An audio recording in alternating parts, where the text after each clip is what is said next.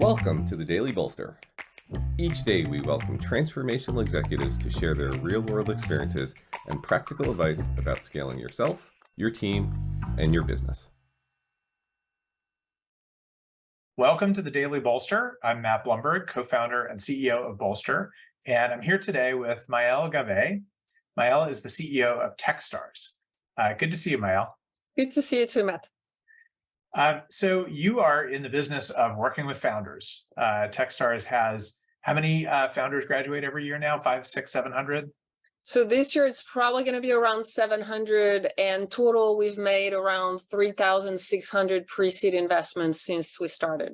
Amazing. So very large body of founders. So my question to you is, what are some of the biggest mistakes you see founders make during their growth journey? I would start by saying that making mistake is part of the journey, so no one should feel bad. No founder should be bad about making mistakes. If they haven't made mistake, it's probably that they haven't taken enough risk. So I think making peace with the fact that you are going to make mistake as a founder is very important. And then in terms of very specific mistakes that we see very often, I think one, and it's less the case now, but for a long time, it was like chasing valuation at all costs. So like growth at all costs, profitability really doesn't matter. Building a resilient company really doesn't matter. Like it's all about getting to this status of being a unicorn, being valued over $1 billion. And that has plenty of side effects that we won't have time to talk about today, but like that's a pretty big one. The second one is founders tend to be excited people. And what I mean by that, and it's a positive, they tend to be looking at life as a series of problems that need to be solved, and have the energy to go and solve them. The challenge with that is that often founders lack focus. Like they want to do a bunch of stuff. They want to do solve a bunch of problems. And so a lot of the work that we do at Techstars is to say, no. You need to focus. What's the one problem you're trying to solve? What's the one type of customer you're going after? What's the, like, just narrowing it down to something that forces focus. And then the last one that I see very regularly is founders often, not always, have a really difficult time to make hard people decisions, especially when the people in questions are people with whom they built the company from the ground up. For sure, yeah.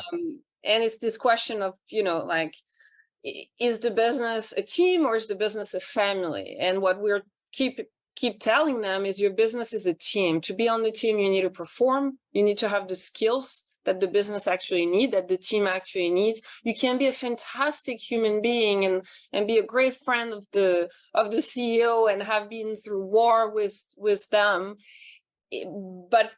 and not have the right skill that are required right now for this company. And so the founder needs to be able to have this tough conversation and consider his team as a team, not a family. Yeah, I mean, look, all three of those resonate with me, having seen lots of founders over the years too. Let me ask kind of a follow-up question about the second one, which is, focus in on just getting one thing right. What do you do with founders that have a very broad and expansive and exciting vision, but either like don't know where to start with it, or the vision is just a very large thing on its own? Sort of institutionally, what does Techstars do? Is it about shrinking the vision, or is it about making sure there's a realistic starting point? It's about phasing the vision. It's not about shrinking it unless the vision seems completely delusional, which sometimes does happen. Sometimes it is, yeah. But the reality is, in our business, at pre-seed level, you never fully know whether it's delusional or just revolutionary. So we tend to err on the side of, we think the founder is onto something very different. Let's see how much we can support them. But the phasing part is very important. It's like, okay, you have this big vision, like, what is the first step that you need to take to get there? And then what's the second step? And what's the third step? And a lot of what we do during the 3 months program, like the what we call entrepreneurship bootcamp internally, is to some extent that for a lot of founders is like, yeah, you have all these things that you want to do. What's the one thing that if you do it now, it will allow you to get to the next level, and then the next level. With some founders, we use the analogy of gaming.